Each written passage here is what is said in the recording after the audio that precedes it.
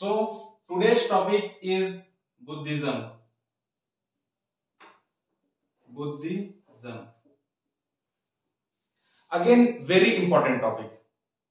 ये टॉपिक इतना इंपॉर्टेंट है कि आप किसी भी ईयर के क्वेश्चन पेपर उठाकर देख लीजिए, चाहे वो प्री के हो या मेंस के हो, इस टॉपिक से आपको क्वेश्चन हर साल देखने को मिल जाएंगे। और एक क्वेश्चन नहीं, दो क्वेश्चन नहीं, इसका जो वेटेज है, फिर चाहे प्री हो या फिर मेंस में, और बात सिर्फ छत्तीसगढ़ पीएससी की नहीं है, यूपीएससी या फिर कोई भी अदर स्टेट पीसीएस ले लीजिए, ये टॉपिक बहुत इंपॉर्टेंट रोल प्ले करता है। इसी सीक्वेंस में आज हम जो हमारा फिलोसॉफी का जो सीरीज चल रहा है उसमें एक इंपॉर्टेंट टॉपिक है बुद्धिज्म। इस टॉपिक में हम बुद्धिज्म के फिलोसॉफी पर बेसिकली डिस्कस करेंगे। हम देखेंगे कि कैसे बुद्धिज्म का जो फिलोसॉफी है वो 6th सेंचुरी बीसी में, जो स्पेशली इनके 4 आर्य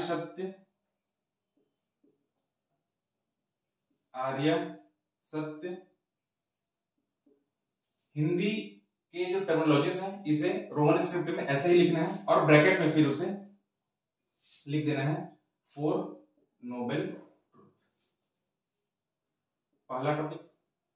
इसी में जो 4th नोबेल ट्रूथ है, जिसमें से चौथे नंबर का है, वो है अष्टांगिक मार्ग। ये हमारा नेक्स्ट टॉपिक होगा, अष्टांगिका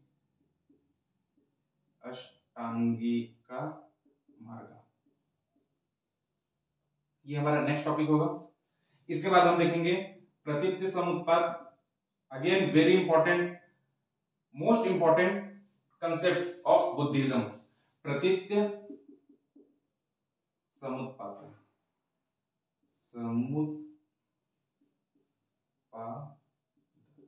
प्रतीत्य समुत्पाद। एंड नेक्स्ट, इसी प्रतीत्य समुत्पाद से डिराइव होता है एक क्षणिकवाद, जो हमारा नेक्स्ट टॉपिक होगा, क्षणिकवाद, जिसे कह लीजिए मोमेंटरीनेस।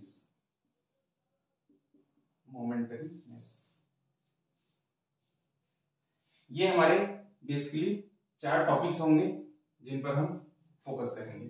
इसके अलावा बैकग्राउंड हम पहले बुद्धिज्म से स्टार्ट करते हैं। इसके बैकग्राउंड की जब हम बात करते हैं, 6th सेंचुरी बीसी में सिद्धार्थ, जो कि बाद में गौतम बुद्ध कहलाए निर्वाणा प्राप्ति के बाद, बट उससे पहले का जो उनकी लाइफ है वो सिद्धार्थ था और फुल ऑफ मटेरियलिज्म। इनके जो डिटेल है वो हम हिस्ट्री के एंशिएंट हिस्ट्री टॉपिक में ऑलरेडी देख चुके हैं, कवर कर चुके हैं कि किस तरीके से बुद्धिज्म 6th सेंचुरी बीसी में जिस तेजी से राइज किया, ग्रो किया, उसी तेजी से वो डिक्लाइन भी किया। उनके कॉजेस क्या क्या थे, उन सबको हम डिटेल से डिस्कस कर चुके हैं और वो एंशिएंट हिस्ट्री का पार्ट है। यहां पर हम उनके बेसिकली फिलोसॉफीज को देखते हैं।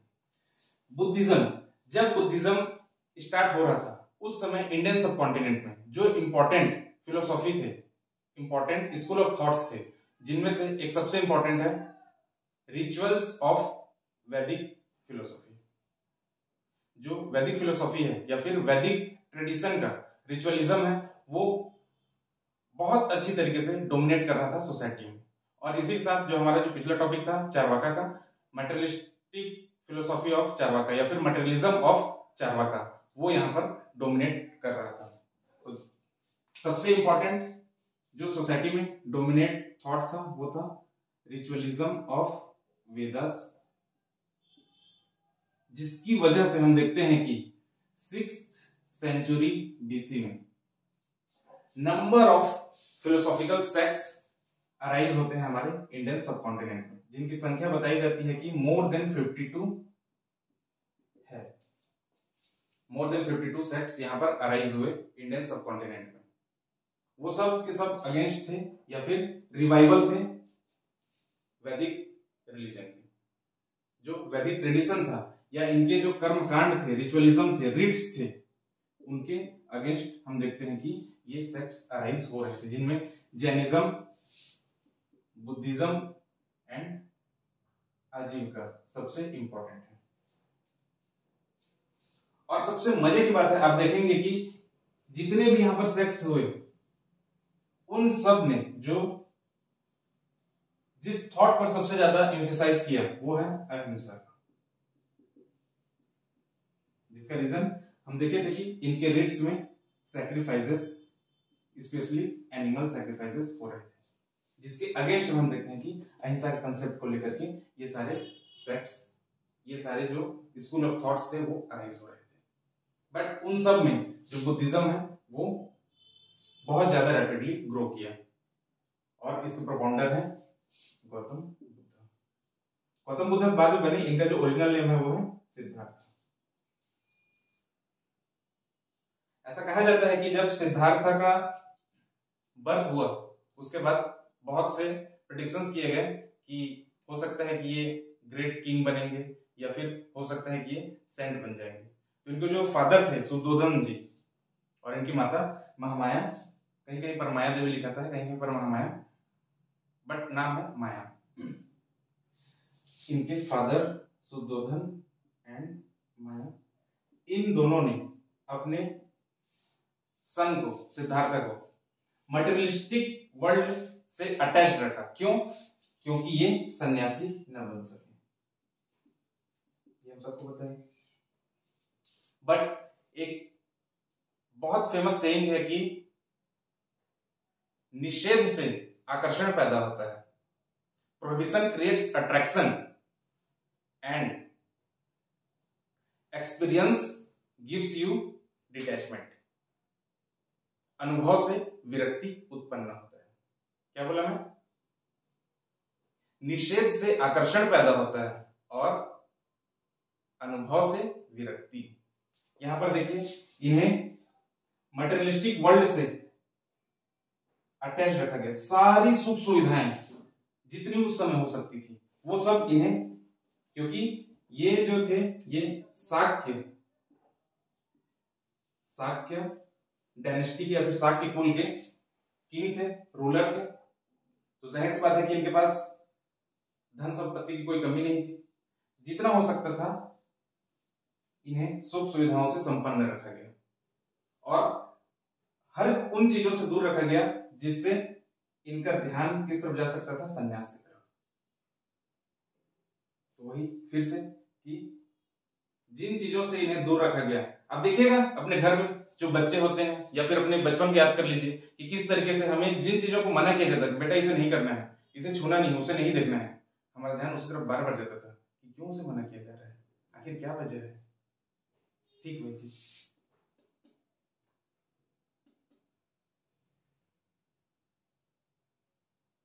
अब एक समय की बात है कि जब इनका विवाह भी हो चुका है, इनका जो विवाह है वो यशोधरा के साथ हुआ, और इनसे एक पुत्र की प्राप्ति हुई जिनका नाम रखा गया राहुल। एक बार जब ये घर से जाते हैं बाहर, तो रास्ते में सबसे पहले इनका एनकाउंटर होता है एक सिक मैन से, जो कि बीमार था, इलनेस से ग्रसित था। तो पूछते हैं अपने साथी से, अब ऑब्वियस सी बात है कि अगर कोई राजकुमार घर से बाहर जा रहे तो अकेले जा नहीं रहा होगा, उनके साथ पूरी एक टीम जा रही होगी। पूछते हैं कि भाई ये क्या चीज है, कैसा है? तो बताते हैं कि ये तो सभी के साथ होता है, जो बीमारी है, कुछ न कुछ रोग है, उससे हर व्यक्ति कभी न कभी ग्रसित होते ही रहता है। अच्छा, फिर आगे जाते हैं, थोड़ी देर बाद देखते हैं कि एक वृद्ध सा इंसान जो लाठी लेकर के चल रहा होता है। पूछते हैं कि इसे क्या हो गया है, ये क्यों झुक कर चल रहा है, इसे लाठी के सहारे की जरूरत क्यों है, स्टिक लेकर क्यों चल रहा है? तो उन्हें बताया जाता है कि ये बुढ़ापा है, जो इंसान पैदा हुआ है वो बच्चा, फिर जवान, उसके बाद फिर बुढ़ापा, ये सबके साथ आता है। सबके साथ आता है? हाँ जी बिल्कुल सबके साथ आता है, मेरे साथ भी आएगा, हाँ आपके साथ भी आएगा। फिर थोड़ी दूर आगे जाते हैं, अब इन सभी एक्टिविटीज से, इन सभी सिनेरियो से उन पर जो उनके दिमाग में जो असर हो रहा है उसको थोड़ा समझने की कोशिश करना है हमें। नेक्स्ट थोड़ा और आगे बढ़ते हैं तो हम देखते हैं कि कुछ लोग अपने कंधे पर एक डेड बॉडी को लेकर के जा रहे थे। तब फिर वो पूछते हैं, क्योंकि एक जागृत इंसान, एक अवेकन माइंड हमेशा क्वेश्चन करते रहता है, ये उनका भी टेंडेंसी था, उनका भी कैरेक्टर था कि वो क्यूरियस नेचर से भरे हुए थे। पूछते हैं कि ये क्या है? तब उन्हें बताया जाता है कि ये डेड बॉडी है, और जो इंसान पैदा हुआ है उसे एक दिन मरना ही है, और उसके साथ जो थे सभी रोते गाते बिलखते बिलखते जा रहे थे। इस चीज का उनके दिमाग पर बहुत गहरा असर हुआ। फिर थोड़ा और आगे जाते हैं तो एक बहुत प्रसन्न से इंसान जिसके वस्त्र फटे हुए हैं, कपड़े जो उसने पहने थे फटे हुए, बाल लंबे मैले, उसके बाद भी बिल्कुल खुश, हैप्पीनेस। पूछते हैं इस इंसान को क्या हुआ है? बोलते हैं कि साहब ये सन्यासी है, बिल्कुल अपना घर बार छोड़ करके ऐसे ही पड़ा हुआ है। तो बोलते हैं ये खुश क्यों है? अब उनके दिमाग में ये चीज क्लिक कर रहा है कि this world is full of miseries. This world is full of miseries. कुछ लोग इसे मिजरीज भी पढ़ते हैं, हम इसे miseries पढ़ेंगे। और ये जो सन्यासी था, एक इंसान जो चौथे नंबर का जिसे उन्होंने देखा, वो बिल्कुल हैप्पी, सेटिस्फाइड, बस यहां से उन्हें इंस्पिरेशन मिला और फिर वो एक रात यूं ही बिना किसी को बताए रात में चुपचाप निकल पड़ी। इसी प्रसंग पर हमारे जो हिंदी साहित्य के मैथिली शरण गुप्त जी हैं, उन्होंने एक बड़ा ही मार्मिक चित्रण प्रस्तुत किया है। वो यशोधरा की नजर से एक्सप्रेशन कर रहे हैं, एक्सप्रेस करना चाह रहे हैं कि यशोधरा अपनी सहेली से बात कर रही हैं और कहती हैं कि सखी वे जो मुझसे कह कर जाते, सखी वे जो मुझसे कह कर जाते, कौन? सिद्धार्थ। वे जो मुझसे कह कर जाते, कह तो क्या मुझको अपनी बाधा ही पाते। एक बहुत ही मार्मिक प्रसंग है जिसे मैथिली शरण गुप्त जी ने इसका अंकन किया है, प्रस्तुत किया है इसी सीन पर, जब वो घर से चुपचाप बिना कहे आधी रात को निकल जाते हैं अपने घोड़े कंथक के साथ। कई बार क्वेश्चन पूछा है कि जब निकले थे तो जिस घोड़े में बैठ गए थे उस घोड़े का नाम क्या है? स्टेट पीसीएस के फेवरेट क्वेश्चंस होते हैं जो वनडे एग्जाम्स होते हैं उनमें, तो थोड़ा सा ध्यान दीजिएगा। कंथक घोड़े के साथ वो निकले थे। अब जब जाते हैं जंगल में सत्य की तलाश जिसे कहा जाता है, जब वो जा रहे हैं तब एक्सट्रीम पिनांस तक हो जाते हैं, बहुत तपस्या करते हैं, अलग अलग स्कूल ऑफ फिलोसॉफीज को वो पढ़ते हैं, समझते हैं, जानने की कोशिश करते हैं। इस समय एक और फिलोसॉफी था, प्रिवेल कर रहा था चारवाका के साथ साथ। एक तो हो गया rites of Vedas, rituals of Vedic tradition, then Charvaka and nihilism of Sankhya. ये भी एक फिलोसॉफिकल स्कूल ऑफ थॉट था जो उस समय ग्रो कर रहा था, अपने बिगिनिंग फेज पर था। वहां से भी कुछ वो जानकारी लेते हैं, ज्ञान लेते हैं, बट कुछ खास होता नहीं। और वो चीज हमें पता ही है कि किस तरीके से जब वो एक्सट्रीम पिनांस पर जाते हैं, कई दिनों तक भूखे रहते रहते उनके जो स्किन है और बोन वो दोनों लगभग सेम हो जाते हैं। और फिर फाइनली बोध गया, निरंजना रिवर जो है उसके पास एक बोधि ट्री के नीचे बैठे हुए उन्हें ज्ञान की प्राप्ति होती है। इस पर भी हमने डिटेल से चर्चा किया है एंशिएंट इंडिया में कि किस तरीके से एक सुजाता छोटी सी बच्ची आती है और उनसे सवाल करती है कि बाबा आप कर क्या रहे हैं? ये बोलते हैं अरे बच्चे तुम जाओ यहाँ से, अभी मैं बहुत इंपॉर्टेंट काम कर रहा हूँ। अरे बाबा ऐसा क्या इंपॉर्टेंट काम है, हमें भी तो बताओ। नहीं बेटा बहुत इंपॉर्टेंट काम है। ठीक है बाबा बहुत इंपॉर्टेंट काम है, लेकिन अपने शरीर को क्यों टॉर्चर कर रहे हो? देख रहे हैं आपके शरीर की हालत क्या होगी, बिल्कुल चलने फिरने उठने तक की हालत नहीं है आपकी। तो बोलते हैं मैं ज्ञान की प्राप्ति कर रहा हूँ। ज्ञान की प्राप्ति वो क्या होता है? बेटा आप नहीं समझोगे, आप जाओ यहाँ से। बाबा एक बार बताओ तो सही अच्छे से, है क्या चीज? बोलते हैं मैं सत्य की खोज कर रहा हूँ। कई बार होता है कि बच्चे अनजाने में कुछ ऐसा बोल जाते हैं जो कि बहुत बड़ी बात होती है, बस वो बच्ची मजाक में बोल गई। सत्य की प्राप्ति, सत्य की खोज, आप उसे खोज रहे हैं जो आपके अंदर ही है। बस यहीं से एक पॉइंट मिला और उन्होंने इस पॉइंट पर विचार किया। और फिर हम देखते हैं कुछ दिनों बाद वैशाख पूर्णिमा के समय उन्हें ज्ञान की प्राप्ति, जिसे निर्वाणा कहा जाता है, निर्वाणा की प्राप्ति हुई, जिसे एनलाइटनमेंट भी कहा जाता है।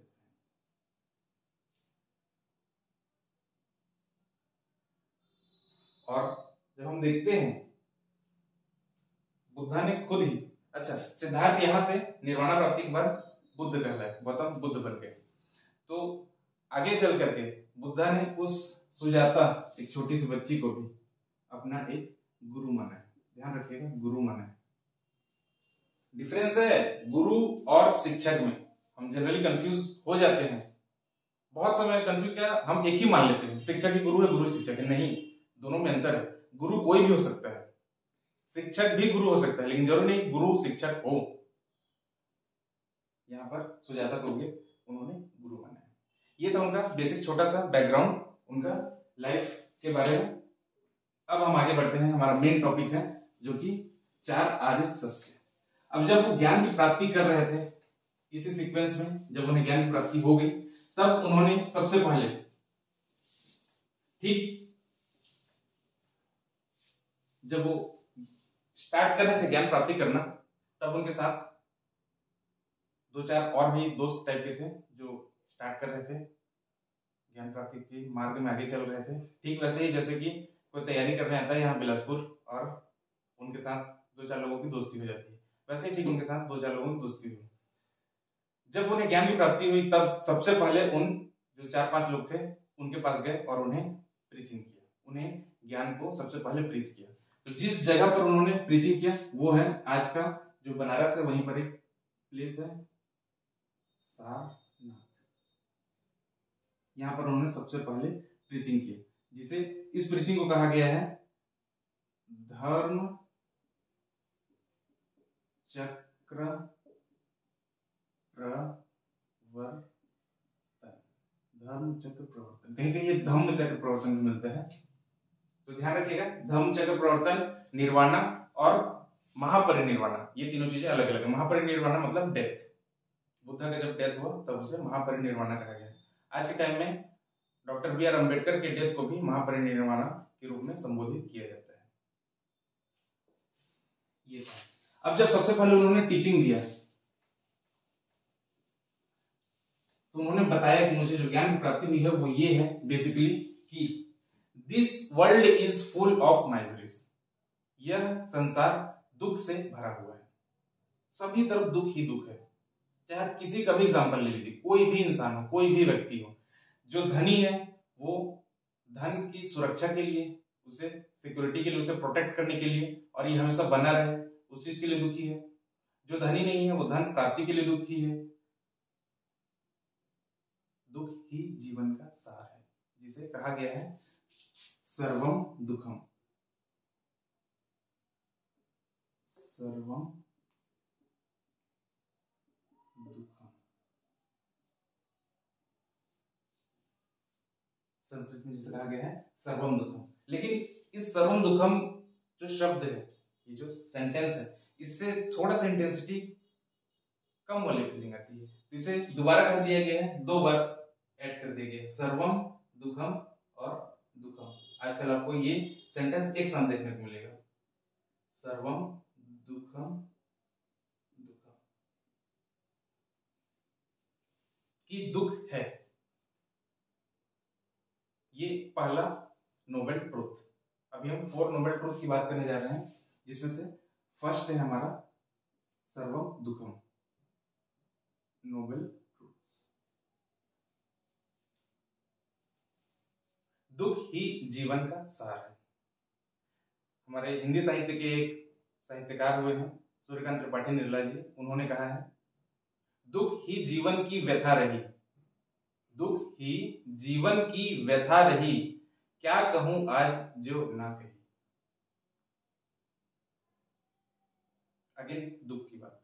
इसी पॉइंट पर जो वेस्टर्न फिलोसॉफी है वो हमारे इंडियन फिलोसॉफी को क्रिटिसाइज करता है कि हमारा जो इंडियन फिलोसॉफी है वो पेसिमिस्ट है, कि स्टार्टिंग में हमेशा ये दुख की ही बात करता है। बट आपको जस्टिफाई करते हुए ये लिखना है कि इंडियन फिलोसॉफी भले ही बिगिनिंग में पेसिमिस्ट हो, लेकिन आगे चलकर जब वो इस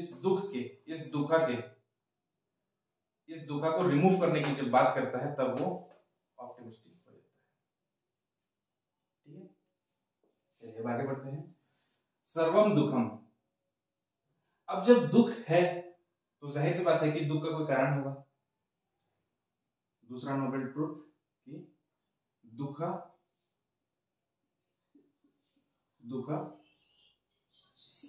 समुत्पाद।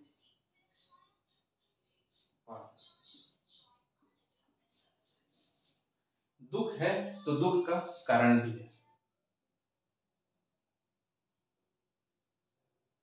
वेरी साइंटिफिक अप्रोच, ये जो बुद्धिज्म है इसीलिए इसे साइंटिफिक अप्रोच, जो साइंटिफिक अप्रोच इन्होंने दिया है कि अगर कोई कारण है, अगर कोई इफेक्ट है तो उसका कॉज भी जरूर होगा,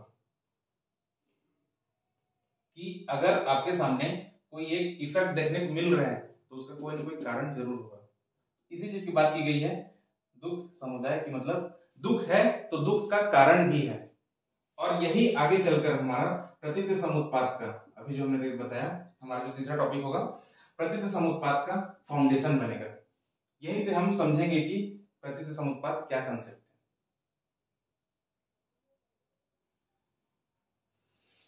दुख समुत्पाद, इसके बाद हमारा तीसरा नोबल ट्रूथ आता है, अगर दुख है तो दुख का कारण है, और अगर दुख का कारण है तो दुख का निवारण भी है, जिसे कहा गया है दुख निरोध।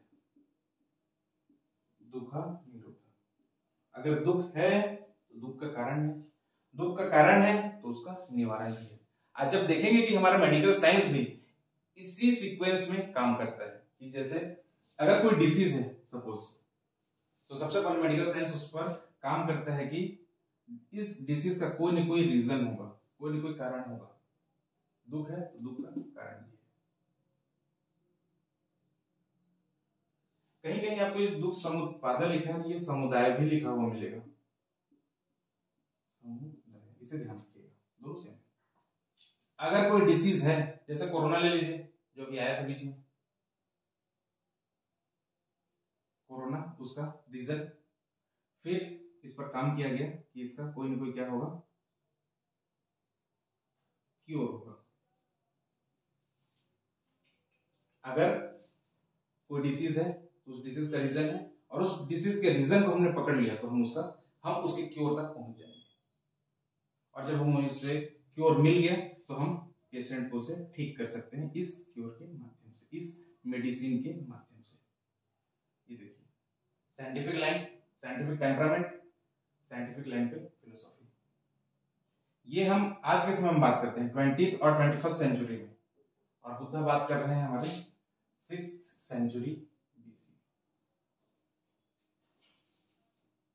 यही वजह है कि आज भी बुद्धिज्म कितना प्रासंगिक है, इस बात से आप समझ सकते हैं कि अराउंड 7% पॉपुलेशन वर्ल्ड का बुद्धिज्म का फॉलो कर रहे हैं, और इसी सीक्वेंस में ये बन गया है 4th लार्जेस्ट रिलीजन कह लीजिए, कम्युनिटी कह लीजिए, 4th largest community of the world, Buddhism. हालांकि इंडिया में ये आज के टाइम उतना पॉपुलर नहीं है, लेकिन बाकी अगर अदर कंट्रीज की बात करें तो सभी को टोटल में, ऑल टोटल अगर मिलाया जाए तो ये 4th लार्जेस्ट रिलीजन बन चुका है। और इस दुख के निरोध को, या फिर इस दुख को खत्म करने के लिए, इस माइजरी को खत्म करने के लिए 4th नोबल ट्रूथ जिसकी हमने बात की वो है 8 फोल्ड पाथ, जिसे कहा गया है दुख निरोध, दुख निरोध गामिनी मार्ग, दुख निरोध गामिनी मार्ग। इंग्लिश में ये हर सेंटेंस, हर वर्ड के आगे में आ लगा दिया जाता है, दुख निरोध गामिनी मार्ग, कि उसका एक रास्ता है कि हम अपने इस माइजरी को, इस दुख को खत्म कर सकते हैं, उसके लिए 8 फोल्ड पाथ उन्होंने बताया है। ये हमारे आज के टॉपिक का, आज के डिस्कशन का टॉपिक। चलिए अब हम इसे एक एक करके समझते हैं।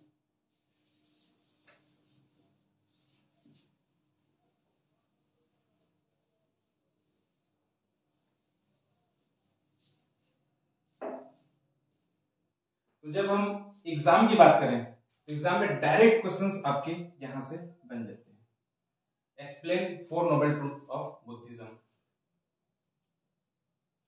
या फिर थोड़ा और आगे चलकर इसी में कहा जाए तो क्वेश्चन बन सकता है कि explain the relevancy of 4 noble truths of Buddhism in contemporary world, या फिर आज के प्रेजेंट टाइम में इसके रिलेवेंसी को एक्सप्लेन करने को बताया जा सकता है। आपको कुछ नहीं करना है, पहले 4 नोबल ट्रूथ को बताना है, और उसमें थोड़ा सा यहाँ पर जो बताया था मैं कि किस तरीके से साइंटिफिक अप्रोच है उसे बता देना है कि आज किसी भी कॉज को हम पकड़ लें तो हमारा इफेक्ट ऑटोमेटिक खत्म हो जाएगा। अगर हमें अपने लाइफ के माइजरीज को ओवरकम करना है, रिमूव करना है या फिर उसे कम करना है तो उसके कॉज तक हमें पहुंचना पड़ेगा।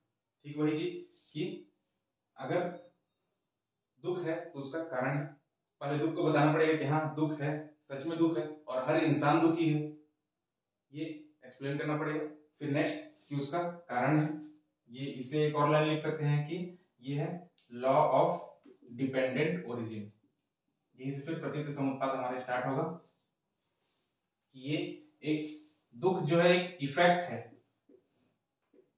और उस इफेक्ट का ये कॉज है।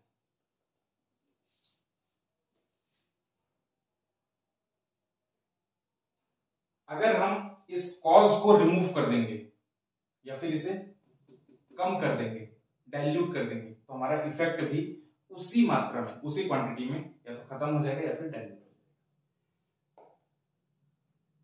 Cause and effect.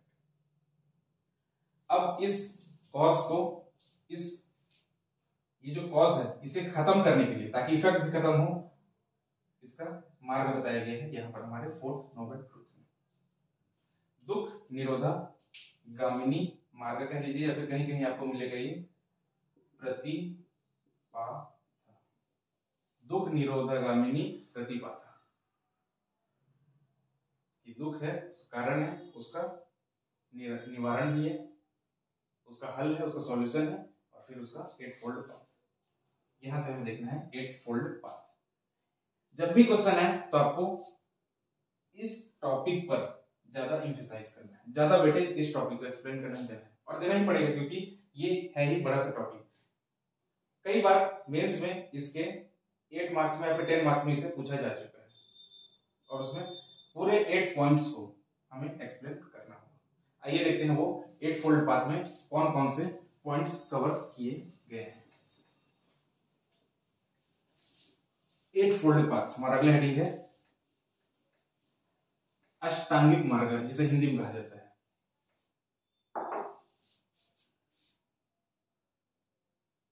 अष्टांगिक मार्ग, 8 फोल्ड पाथ, इसे ब्रैकेट में लिख लीजिए। या फिर दुख निरोधा गामिनी प्रतिपाथा, एक ही नाम है सबके। इसके लिए एक डायग्राम बना लीजिएगा। सबसे फेमस डायग्राम हमारा ये वाला होता है जिसमें हम ब्रांचेस निकालते हैं, जिसमें समझना आसान होता है। बट आज हम दूसरे डायग्राम से चलते हैं जो कि है 8 डायरेक्शंस के हिसाब से, east west north south, then south west से नॉर्थ ईस्ट और साउथ ईस्ट से नॉर्थ वेस्ट। शुरुआत करते हैं हम सबसे पहले जो पहला पॉइंट है अष्टांगिक मार्ग का, 8 फोल्ड पाथ का, जिसमें है सम्यक। सम्यक का मतलब होता है राइट, सम्यक दृष्टि, सम्यक दृष्टि जिसे कहा गया है राइट व्यू। इंग्लिश में ट्रांसलेशन होगा इसका राइट व्यू। दूसरा है सम्यक, मैं सम्यक बार बार एस लिख रहा हूं, सम्यक संकल्प, संकल्प जिसे इंग्लिश में कहा जाएगा राइट फेथ या फिर राइट रिजॉल्व। सम्यक दृष्टि, सम्यक संकल्प, देन कम्स सम्यक वाक, राइट स्पीच, देन सम्यक कर्मांत। इसे एग्जाम में ऐसे ही लिखना है आपको और ब्रैकेट में उसके इंग्लिश वर्जन को लिखते चलना है। सम्यक कर्मांत जिसे इंग्लिश में कहा जाएगा right action, right view, right faith, right speech, right action. Then comes सम्यक कर्मांत सम्यक आजीवन,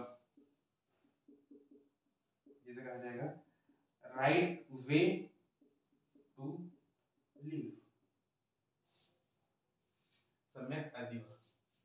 अभी इसके डिटेल्स में देख रहे हैं ना, पहले लिख लेते हैं। देन कम्स सम्यक व्यायाम, जिसे कहा जाएगा right kind of effort, right kind of effort, सम्यक व्यायाम। ये जो शुरू के दो हैं इन्हें प्रज्ञा भी कहा जाता है, फिर प्रज्ञा में कंसिडर किया जाता है, प्रज्ञा में, क्योंकि ये दोनों चीजें जो हैं हमारे ओपिनियन से या फिर हमारे थॉट प्रोसेस से, मेंटल स्टेटस पर डिपेंड करते हैं। देन कम्स दिस फोर, ये जो नेक्स्ट फोर है यहां तक के, इन्हें कहा जाता है शील, जो हमारे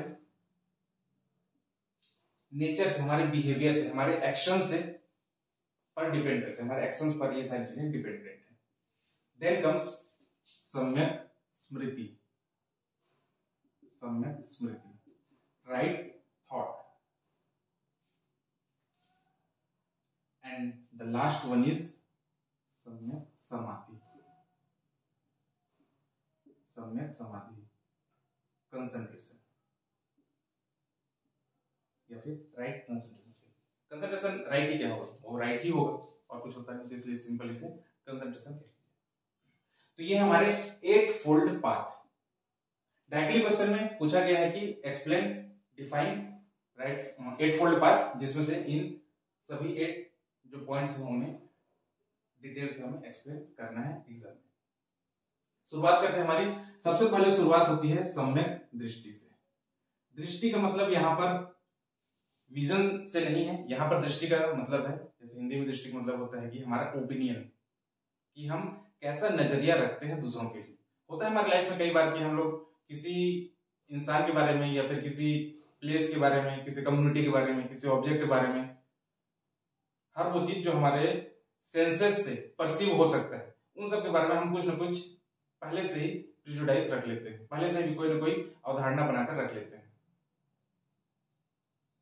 इसी पर एक बहुत अच्छा शेर भी कहा गया है, ले दे के फकत एक निगाह ही तो है, ले दे के फकत एक निगाह ही तो है, क्यों देखें दुनिया को हम किसी और नजरिए से। और आज के समय में आप देखेंगे कि 90% से भी ज्यादा लोगों का दिक्कत यही है, उनका अपना कुछ है ही नहीं, सब दूसरों का दिया हुआ। जैसे देखिए व्हाट्सएप यूनिवर्सिटी में हर रोज कोई ना कोई इंफॉर्मेशन आपको मिल जाता है, डेली एक इंफॉर्मेशन मिल रहा है सुबह सुबह, और दिन भर आप उसे दोहरा रहे हैं, फिर अगले दिन इंफॉर्मेशन, फिर दिन भर दोहरा रहे हैं। और जरा सोचिए, साल के अंत तक आते आते 1 महीने बाद, 1 साल बाद, 10 साल बाद आपका जो ओपिनियन हो जाता है वो आपका नहीं रहता, बेसिकली वो आप तक पहुंचाया गया है, आपके अंदर इम्प्लांट किया गया है। अपना नजरिया डेवलप कर पाना आज के टाइम में बहुत मुश्किल काम है, इसके लिए आपको प्रॉपर कंसंट्रेशन की जरूरत पड़ेगी। ये उस चीज के बारे में बात करते हैं कि हमारा जो नजरिया हो, हमारा जो देखने का नजरिया, चीजों को समझने का, एनालाइज करने का, हमारा जो व्यू पॉइंट हो वो राइट होना चाहिए। किसी के लिए जबरदस्ती गलत अवधारणा नहीं होना चाहिए कि हमने मान लिया या फिर कोई एक ओपिनियन डेवलप कर लिया कि नहीं मोदी ऐसे हैं, केजरीवाल वैसे हैं, राहुल गांधी ऐसे हैं वैसे हैं, सभी के बारे में एग्जांपल है, सिर्फ किसी की चीज के बारे में हम पहले से ही कोई ना कोई व्यू पॉइंट डेवलप कर लेते हैं।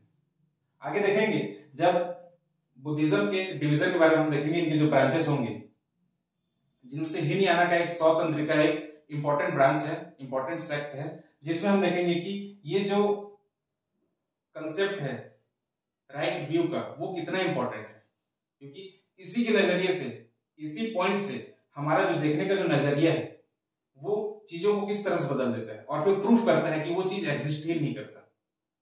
ये आगे हमारा टॉपिक का डिस्कशन है। तो सम्यक दृष्टि, राइट व्यू में हमें अपने जो व्यू पॉइंट है वो सही रखने हैं, अगर खुद का नहीं भी रख पा रहे हैं तो एटलीस्ट सही रखना है। इसी से फिर मिलता जुलता है संकल्प, सम्यक संकल्प, राइट फेथ या फिर राइट रिजॉल्व, ये रिजॉल्व, राइट, रिजॉल्व। देखे होंगे कई बार कि न्यू ईयर आ रहा है, इस बार का मेरा रिजोल्यूशन है सिगरेट छोड़ दूंगा, इस बार का मेरा रिजोल्यूशन है कि मुझे रोज 8 घंटे पढ़ने हैं, इस बार का मेरा रिजोल्यूशन है कि मैं गले नहीं दूंगा। ये बहुत सारे रिजोल्यूशन होते हैं, कभी पूरा हुआ नहीं।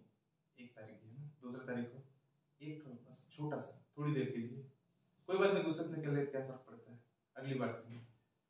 और फिर देखते हैं, अगले साल देखेंगे। ये राइट संकल्प होता है। कई बार कि जब हम किसी काम को कर रहे हैं और लाइफ में कभी फेलियर मिल जाए तो हम उस काम को छोड़ देते हैं, या फिर अगली बार करते हैं उसमें भी फेलियर मिले तो फिर हम छोड़ देते हैं, छोड़ जरूर देते हैं, क्योंकि हमारा विल पावर, हमारा जो संकल्प शक्ति है वो कमजोर है। क्योंकि इमेजिन कीजिए उस इंसान के बारे में जो ताशकंद से लेकर काबुल कंधार तक हर एक फील्ड में, हर एक वॉर में डिफीट हो रहा है, उसके बाद भी वो हार नहीं मानता और फिर फाइनली कहता है क्या हुआ जो मैदान हार गए, अभी सब कुछ नहीं हारा। वो अदम्य साहस और इच्छा शक्ति जो किसी के सामने झुकने को, सर झुकाने को या सजदा करने को तैयार नहीं। What though the field be lost, everything is not lost. The unconquerable will, संकल्प and courage, never submit to yield, never to yield or submit, never to submit or yield। ये राइट संकल्प की बात करता है। कोई बात नहीं, एक बार हार गए कोई बात नहीं, अगली बार हम फिर तैयार करेंगे, फिर मैदान में आएंगे। और ऐसा कह के ही उसने इंडिया पर मुगल सत्ता की स्थापना कर दी। नेक्स्ट कम्स सम्यक वाक, सम्यक वाक, राइट स्पीच। हमें इस चीज को ध्यान में रखना है कि जब भी हम बोलें तो हमारे शब्दों से कोई हर्ट ना हो, किसी को दुख ना पहुंचे, पीड़ा ना पहुंचे। अगेन दुख की बात, क्योंकि अल्टीमेटली होगा वही ना कि अगर हमारे शब्द से किसी को दुख पहुंचता है तो उसके दुखी होने के बाद हमें भी तो उस चीज का गिल्ट रहेगा कि मेरी वजह से सामने वाला हर्ट हुआ। तभी तो कहा गया है ना, ऐसी वाणी बोलिए, ऐसी वाणी बोलिए मन का आपा खोए, औरन को शीतल करे आपहु शीतल। हमारा हिंदी साहित्य बहुत से इस तरीके के विचारों से भरा हुआ है, लेकिन कई बार इसको उल्टा भी कर देते हैं, ऐसी वाणी बोलिए सबका आपा खोए।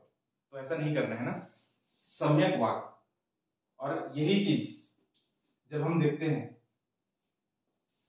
प्रेजेंट टाइम को भी इसमें इंक्लूड करते हुए चलना, कि जब हमारा कॉन्स्टिट्यूशन के आर्टिकल 19 में फंडामेंटल राइट है जो कि राइट टू स्पीच की बात करता है, वो एब्सोल्यूट राइट नहीं है, जिसमें हमें 19A में देखने को मिलता है क्या, 19A में रीजनेबल रेस्ट्रिक्शंस की बात की गई है।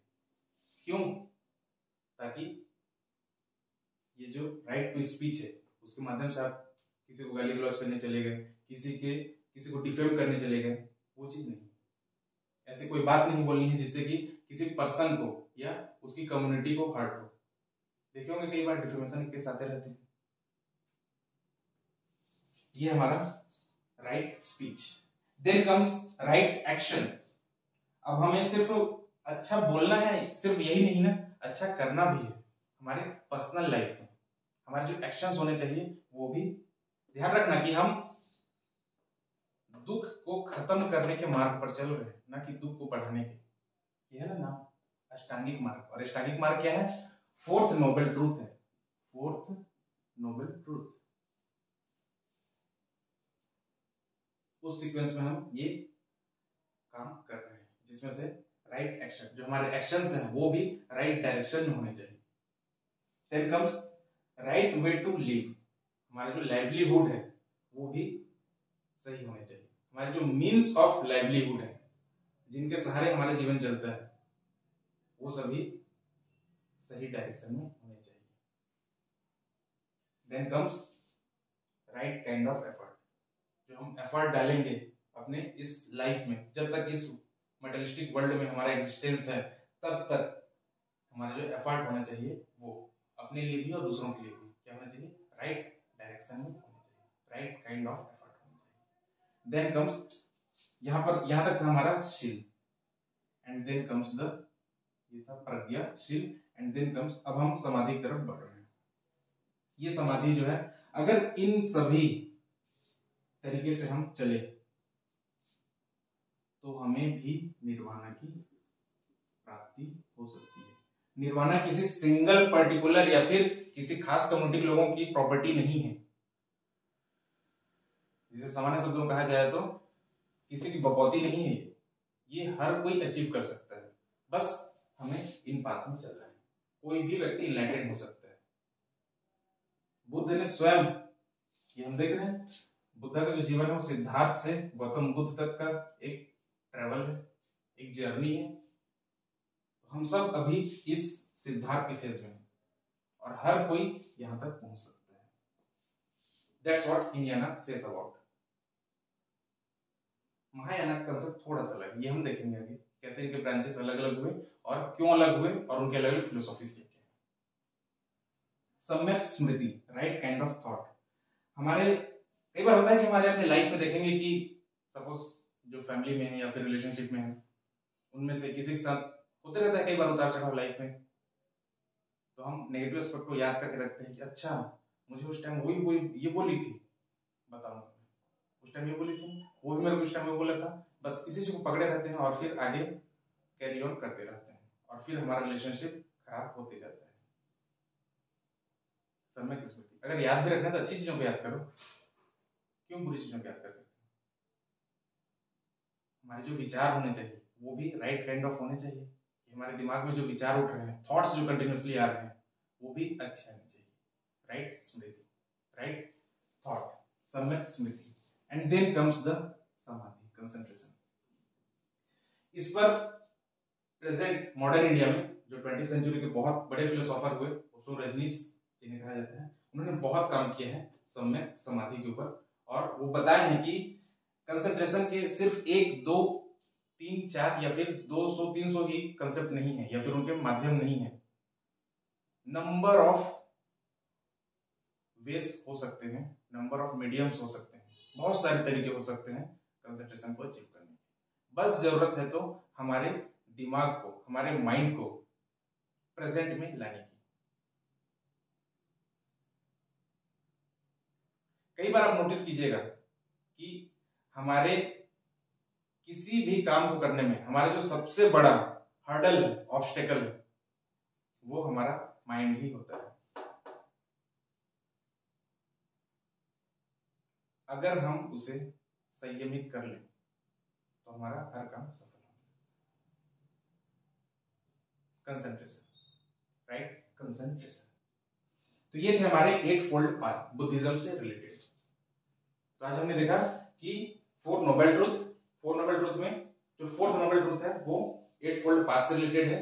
अब हम आगे देखते हैं कि जो बुद्धिज्म की फिलोसॉफी में, अच्छा हम जो फिलोसॉफी में अभी तक देख रहे थे कि हमेशा जब भी हम कोई फिलोसॉफी पर डिस्कस करेंगे तो मैंने बताया था सबसे पहले एपिस्टेमोलॉजी होगा, फिर मेटाफिजिक्स होगा, एंड देन उनके एथिकल थॉट्स के बारे में हम बात करेंगे। ये 3 बेसिकली हमारे सब हेडिंग्स होंगे जिन पर हम बात करेंगे। ये फिलोसॉफी में हमने देखा था क्या, theory of knowledge, epistemology, then comes metaphysics and then ethics. जब हम बुद्धिज्म की बात करते हैं तो उसमें ये मेटाफिजिक्स को हम हटा देंगे। क्यों हटा देंगे, ये अपने आप में बहुत डिबेटेबल पॉइंट है। जब भी बुद्धा से इस मेटाफिजिक्स के बारे में कोई भी क्वेश्चन कहा गया, कोई भी क्वेश्चन पूछा गया एनलाइटमेंट के बाद, सोल क्या है, कैसा है, गॉड एग्जिस्ट करता है नहीं करता है, एनलाइटमेंट के बाद क्या होता है, क्या सोल और बॉडी बाद में फिर से रिबर्थ होते हैं, एग्जिस्ट करते हैं नहीं करते हैं, दोनों एक साथ है, या फिर neither exist nor does not exist। ये बहुत सारे सवाल हैं जिन पर जो बुद्धा थे वो साइलेंट थे, इस पर उन्होंने कुछ नहीं कहा। इसी पॉइंट पर बहुत से जो क्रिटिक्स हैं वो कहते हैं कि हो सकता है उन्हें पता ना हो, बट ऐसा नहीं है, वो इन चीजों पर मौन थे। इसके लिए एक शब्द है मौन।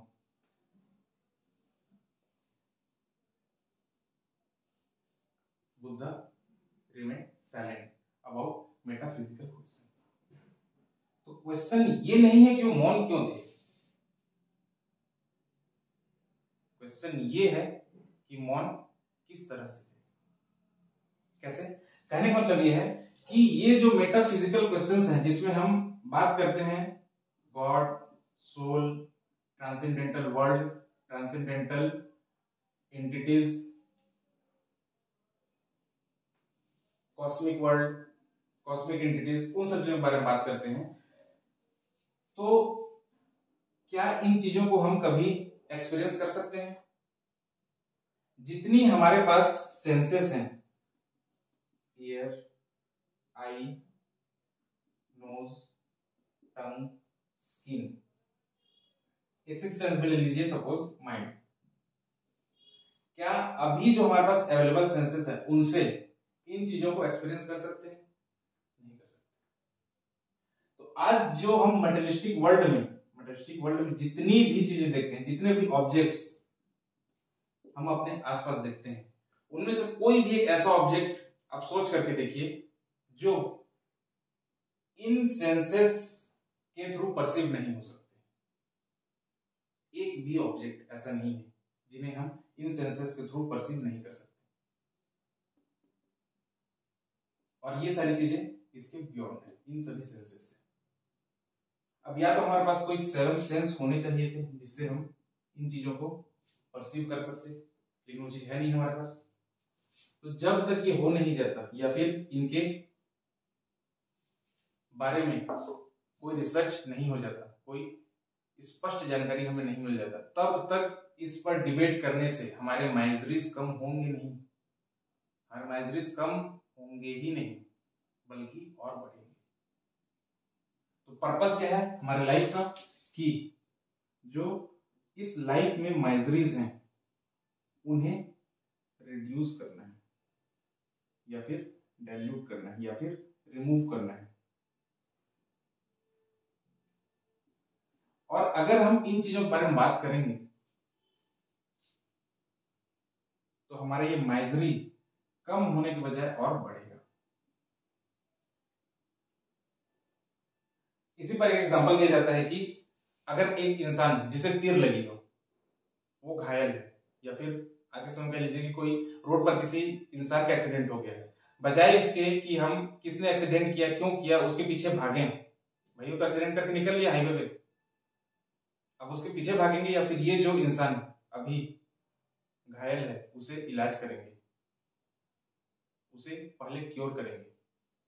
ऑब्वियसली हमें पहले उसे क्योर करना होगा, उसके इस दुख को कम करना होगा, और बाकी उसे खोजना कि किसने किया, क्यों किया, कैसे किया, क्या वो ड्रंक एंड ड्राइव का केस था या जो भी था, वो किसका काम है, पुलिस का काम है, उस पर हमें विचार नहीं करना है। हमारा मेन पर्पस लाइफ का होना चाहिए कि हमारे जो लाइफ के माइजरीज हैं ये, इसे हमें कम करना है। और ये सारी चीजें जो फ्यूटाइल है, एक टर्म यूज कीजिएगा जरूर आप, फ्यूटाइल, ये सारी चीजें जो है फ्यूटाइल, इनके बारे में हम जान ही नहीं सकते। भाई जब जान ही नहीं सकते तो उस पर डिबेट क्यों करना, सही है। इसीलिए कहा गया है कि Buddha is an ethical teacher rather than theoretical philosopher. और यही वजह है कि बुद्धिज्म को प्रैग्मेटिक फिलोसॉफी कहा जाता है। एक तो हमने देखा कि साइंटिफिक लाइन पे है इसलिए साइंटिफिक फिलोसॉफी, और दूसरा ये प्रैक्टिकल लाइफ की बात करता है ना, इस मेटाफिजिकल कंसेप्ट को छोड़ दीजिए, तो इसलिए प्रैक्टिकल फिलोसॉफी, क्योंकि ये प्रैक्टिकल वर्ल्ड में रह करके, क्योंकि भाई जब तक हम इस वर्ल्ड में हैं आगे नहीं पता ट्रांसेंडेंटल कोई है या नहीं है, उस पर डिबेट नहीं करना, अगर होगा तो भी रहने दीजिए, कोई फर्क नहीं पड़ता। जब तक हम इस मटेरियलिस्टिक वर्ल्ड में हैं तब तक हम इससे घिरे हुए हैं, माइजरीज से, चारों तरफ से। हमें पहले इसे रिमूव करना है। और जब ये रिमूव हो जाएगा उसका फिर आप सोचते नहीं उसके बारे में। पहला काम इसे खत्म करना है, दुख को खत्म करना है। यही वजह है कि यहाँ पर जो जब भी इनसे बुद्धा से पूछा जाता था कि ये सभी चीजें एग्जिस्ट करती हैं या नहीं करती, ये क्या है, इनका शेप क्या है, ब्रह्म क्या है, सत्य क्या है, तो हमेशा मौन रहे। और यही वो मौन है, यही वो साइलेंस है जिसकी वजह से आगे चल करके बुद्धिज्म कई सारे ब्रांचेस में डिवाइड हो जाएगा। दो तो इमीडिएटली हो गए, एक था थेरावादा और दूसरा महायाना।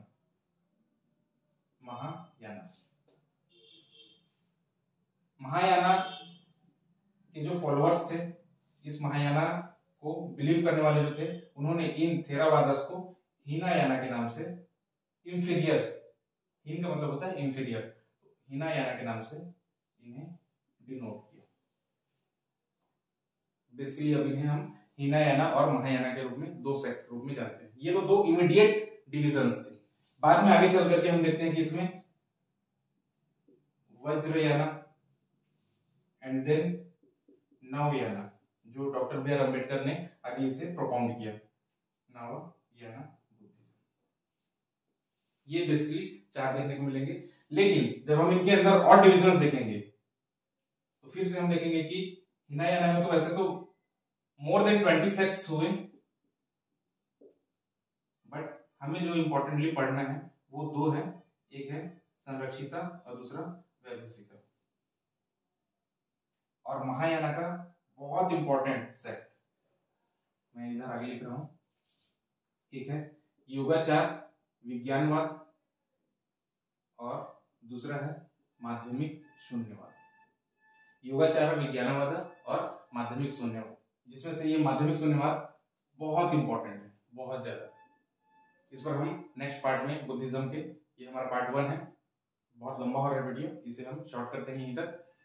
सेकंड पार्ट में हम इस पर ज्यादा एम्फसाइज करेंगे, माध्यमिक शून्यवाद बाय नागार्जुन, और उसमें हम देखेंगे कि कैसे प्रतीत समुत्पाद और क्षणिकवाद जो है आगे यहां से डिराइव होता है। ये हो गए हमारे divisions, हीनायाना, Mahayana, Vajrayana, then नवयाना।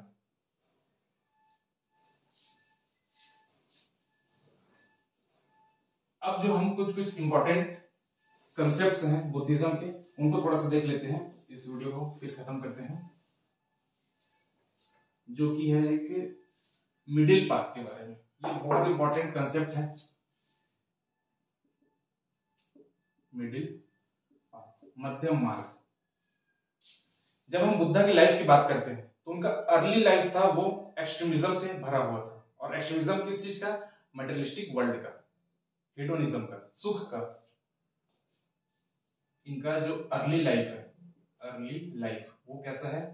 Extreme pleasure से भरा हुआ है। और जब वो घर से बाहर जाते हैं, गृह त्याग जिसे कहा जाता है, गृह त्याग जिसे कह लीजिए, यहां पर होता है एक्सट्रीम पिनांस, कठोर तपस्या। पहले एक्सट्रीम प्लेजर और दूसरा एक्सट्रीम पिनांस, दोनों ही फेज में बुद्धा ने रह करके एक्सपीरियंस कर लिया। और एक कॉमन थॉट बीच में डिराइव किया, जो कि था किसका? मिडिल पाथ का। बोलिए नहीं, एक्सट्रीमिज्म किसी भी चीज का सही नहीं है, तभी तो कहा गया है अति सर्वत्र वर्जिते। किसी भी चीज का एक्सट्रीमिज्म सही नहीं है, चाहे वो लाइफ में रिलेटेड हो या फिर किसी और चीज से रिलेटेड हो। कभी भी एक्सट्रीम एंड पर नहीं रहना। और देख लीजिए हम अपने लाइफ में कितनी बार एक्सट्रीम एंड पर रहते हैं। आज हिसाब हो जाए, या तो मैं या फिर वो, ऐसा नहीं, दोनों के बीच का मध्यम मार्ग हो सकता है। और यही हमारा अगेन प्रेजेंट कॉन्टेक्स्ट में आपको बताना है कि इंडिया के फॉरेन पॉलिसी का इंपॉर्टेंट पॉइंट है। इंडियन फॉरेन पॉलिसी का इंपॉर्टेंट कंसेप्ट है मिडिल पाथ। देख लीजिए जब कोल्ड वॉर हो रहा था तो, इनफैक्ट सेकेंड वर्ल्ड वॉर के समय ही देख लीजिए, जब दो पोल्स में वर्ल्ड डिवाइड हो गया था, और कोल्ड वॉर में स्पेशली, तब हमने क्या निकाला? एक मध्यम मार्ग का रास्ता। और जिसे नाम दिया गया नॉन अलायंस मूवमेंट। ये हमारा बहुत इंपॉर्टेंट एस्पेक्ट है फॉरेन पॉलिसी का। आज भी हम इस चीज को फॉलो करते हैं। यहां पर आपको इस चीज को मेंशन करना होगा जब भी मिडिल पाथ के बारे में आप एक्सप्लेन करेंगे। जब हम प्रतिनिधि समुत्पाद को डिस्कस कर रहे होंगे तब इस चीज के बारे में और डिटेल से डिस्कस करेंगे, मिडिल पाथ के बारे में कि वो किस तरीके से कंसेप्ट आया। और इसी में एक नेक्स्ट पॉइंट बन जाता है मिडिल पाथ के बाद कि हमारे जो बुद्धिस्ट काउंसिल्स हैं। अच्छा, जब बुद्धा जो है मौन थे या फिर साइलेंट थे, तो मैंने बताया कि साइलेंस की वजह से बहुत से ब्रांचेस या फिर डिविजन्स आगे निकलने शुरू हो गए। इसके लिए जरूरी था कि बुद्धा के जितने भी प्रीचिंग्स थे, बुद्धास प्रीचिंग, उन्हें कंपाइल किया जाए। कंपाइल करने के लिए हमने बास्केट्स का इस्तेमाल किया, जिसे पाली में कहा जाता है पिटकास।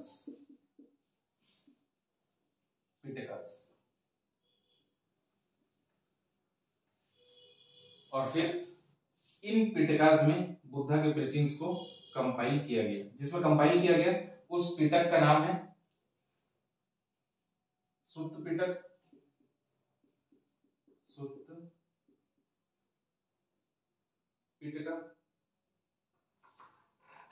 दूसरा जो पिटक बना जो मॉन्क्स के डिसिप्लिन से रिलेटेड था, मॉन्क के डेली लाइफ में या फिर उनके जो मोनेस्ट्रीज हैं उनमें उन्हें कैसे रहना है, उनके लाइफ स्टाइल के डिसिप्लिन या फिर रूल्स एंड रेगुलेशंस के बारे में जो कहता है उसका नाम है विनय पिटक। ये थोड़ा सा फिलोसॉफी से अलग है, थोड़े से कंसेप्चुअल, थोड़े से फैक्ट हैं जो हमें याद करने होंगे और ये बहुत बार पूछे जा चुके हैं। और तीसरा हमारा जो पिटक बना वो है अभिधम्म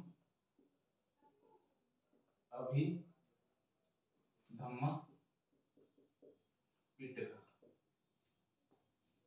सुत्त पिटक, विनय पिटक एंड अभिधम्म पिटक। ये थर्ड बुद्धिस्ट काउंसिल में इसे कंपाइल किया गया अशोका के टाइम में। काउंसिल्स भी हमारा एंशिएंट इंडिया का पार्ट है, जिसमें 4 बुद्धिस्ट काउंसिल्स ऑर्गेनाइज किए गए थे। पहला काउंसिल ऑर्गेनाइज बेसिकली किया गया था राजगृह में, ताकि ये जो बुद्धा के प्रीचिंग्स हैं उन्हें कंपाइल किया जा सके। सेकंड बुद्धिस्ट काउंसिल वैशाली में ऑर्गेनाइज किया गया और यहीं से हम देखते हैं कि डिवीजन स्टार्ट हो गए। Then third Buddhist council Ashoka के टाइम में। ये जो डिवीजन हुए थे इन्हें किसी तरह से मर्ज करने की कोशिश की गई थी और इस थर्ड पिटका को यहाँ पर कंपाइल किया गया, Abhidhamma Pitaka, Pataliputra during Ashoka. And then fourth Buddhist council Kashmir के कुंडलग्राम ड्यूरिंग कनिष्का। ये थे हमारे 4 इंपॉर्टेंट बुद्धिस्ट काउंसिल्स, इनके बारे में कई बार एग्जाम में पूछा जाता है।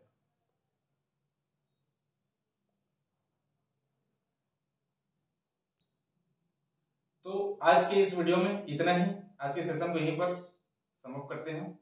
हम इसके सेकंड पार्ट में प्रतिनिधि समुत्पाद और क्षणिकवाद और एक नैरात्मवाद पर भी डिटेल से डिस्कशन करेंगे। आई होप ये वीडियो आप लोग को पसंद आया होगा। Do like, share and subscribe to our YouTube channel. Thank you.